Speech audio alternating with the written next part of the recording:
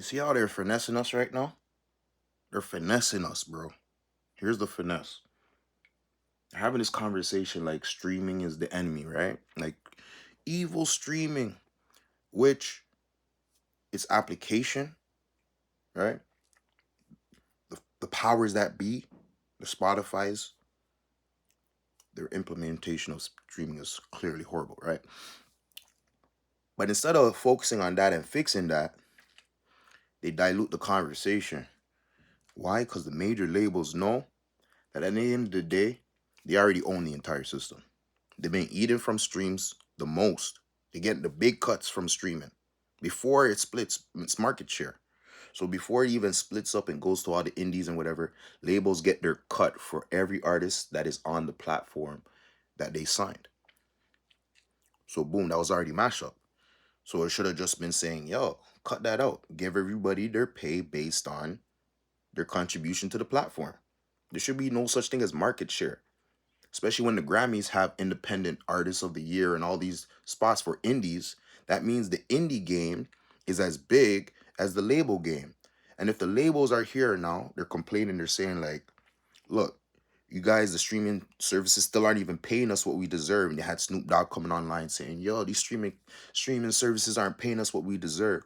Meanwhile, at the same time, this is the finesse. You've been waiting. Here's the finesse. Oh, radio still pays this much. Oh, radio still pays that much. Oh, da da da. Now LaRussell gets signed by Jay-Z. Oh, you guys know you've been seeing my career. I've been doing it from jump. I've been pulling up and building my da da da da da da da. But I just couldn't get to radio. I just couldn't get this one song to radio. As if LaRussell makes radio music. Like, LaRussell has great messaging in his music, but his songs aren't bops. He doesn't make bops that you're like, hmm. Obviously you put him with the right producer and songwriters and whatever, he could definitely make bops. He has rhythm, he understands bars, like he understands music. So conflating that, while right now we're still trying to figure out the copyright and the issues on copyright, the general issues with how they approach the conversation of giving us our right dues, right? The percentages are crap, the splits are crap, the way they value digitized music, less than mechanical royalties. How can a radio see? So this is the finesse. Sorry, I kind of got lost in the sauce because I was trying to explicate the LaRusso point. But the whole thing is how can radio pay me more? All right. How does radio pay me more when radio doesn't know exactly what the listeners, who the listeners are, who when people are listening, how people are, if people are listening? You're trying to tell me it's cheaper for me to get an ad on Spotify to a million people than to get my ad on radio, terrestrial to a million people when radio can't even prove that a million people. I guess they can through like car manufacturer. I don't even know how they do it, but they do some kind of auditing system to understand how much radios are receiving and not receiving a frequency and stuff like that. But it's not exact because there could just be one person in the car versus 10 people in the car. And off of that same metrics, my phone could be streaming one stream, right? One stream of the song could be streamed off my phone, but it could be hooked up to a sound system or a Bluetooth speaker playing to a room of 50 people, playing to a room of 100 people. So the same concept that makes terrestrial radio be so highly valuable that you get 5 spins, 10 spins, and you're making a few dollars, $10, $20 off a few spins, versus Spotify, you're making like half quarter of a penny for a thousand streams, right? It showcases that no, it's just that the rates are so trash in streaming that it makes it look like terrestrial radio is now the better option. No, terrestrial radio rates are trash too. They should be paying us better for terrestrial radio, and they should be paying us even more than terrestrial radio for streams. That's the finesse. The finesse is if I have a performance, right, which you pay big money for, like to see me live, sing it live, you're gonna pay big money for it. But at the same time, we see performance all the time. You give them a quarter, you give them pennies, right? You see somebody busking on the side corner with their guitar in hand, singing or performing with a trumpet or whatever. You throw them $5, you throw them whatever. They're there all day. That's a performer's performance. Everything they're doing is copyright protected under the experience of them doing it right then and there. They're naturally, unless obviously it's copyrighted material that they're performing, then um, we're not gonna get into that. But obviously, you need permission in some respect to fix copyrighted material. So it's not being fixed; it's just being performed. So, anyways, I didn't want to go down that tangent. I'm not trying to make this video too convoluted.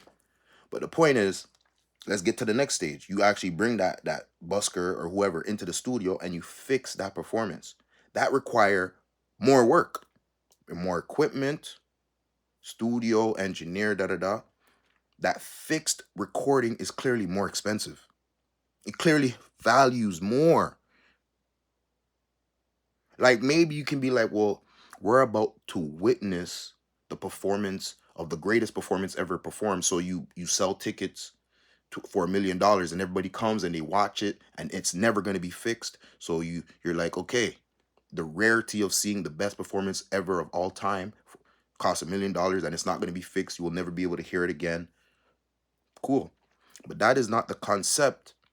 That is not a concept of how music is produced. Music is composed, meaning that there's a composition that is represented.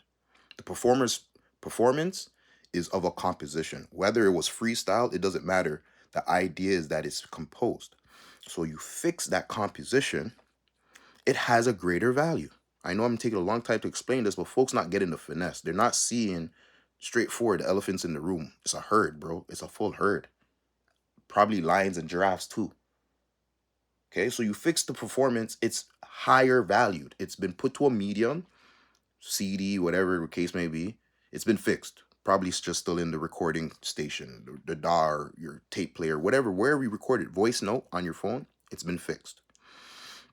Well, that's kind of skipping to the next step where it's been encoded into a digital file, right? Once you prepare it to go onto streaming services, because back in the day, that fixed performance, they would burn it onto a CD or record it to a tape, and you would take it, play it in your tape disc or whatever.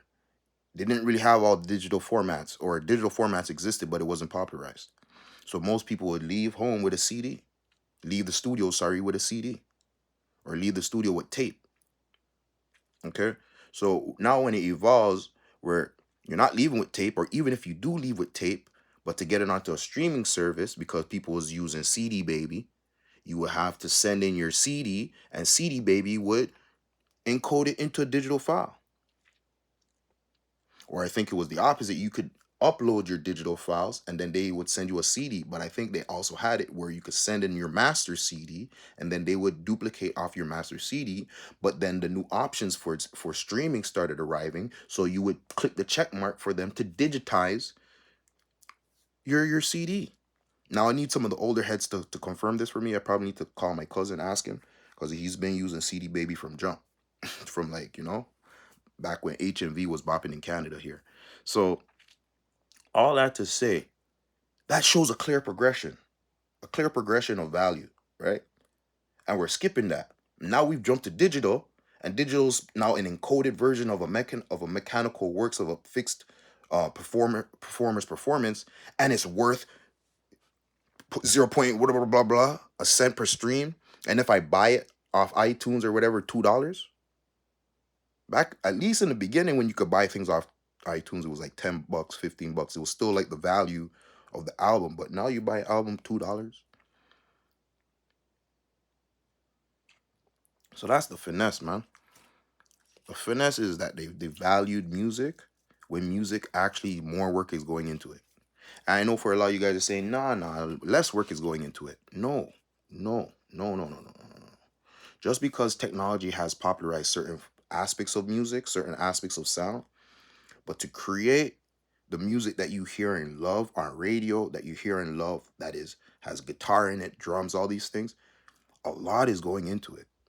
A lot is going into it. And the process might have been um, made more efficient, but the amount of knowledge that one person has to know to get it accomplished, that's a lot of work. Okay. Back in the day, it was conveyor belt. So the producer's doing that one job, songwriters doing that one song, one job, sorry. Mixing engineer doing that one, mastering engineer doing that once on guitarist, just going in from session to session playing riffs, drummer just going from. Now might have one man who did the whole beat himself, working and thinking about mixing it himself and just going through that process himself and doing the entire encoding process himself. To devalue it because he did it himself is ridiculous to me. So we gotta think about that. I gotta think about it some more because I think like this ending of the point here could have been explained better. But essentially, you get the premise of what I'm saying. If more work has been done to the format should not be less valuable. The format should be more valuable, even if the technology to create it has been made efficient. They don't make cars like how they used to. Cars is still more expensive and more expensive. Cars mashing up so quick. You go into one little accident, the car is done. And cars are still crazy expensive. So that lets you know it's the use case. The use case of music probably has changed. Maybe that's a different video. That's a different video. All right, y'all. Peace.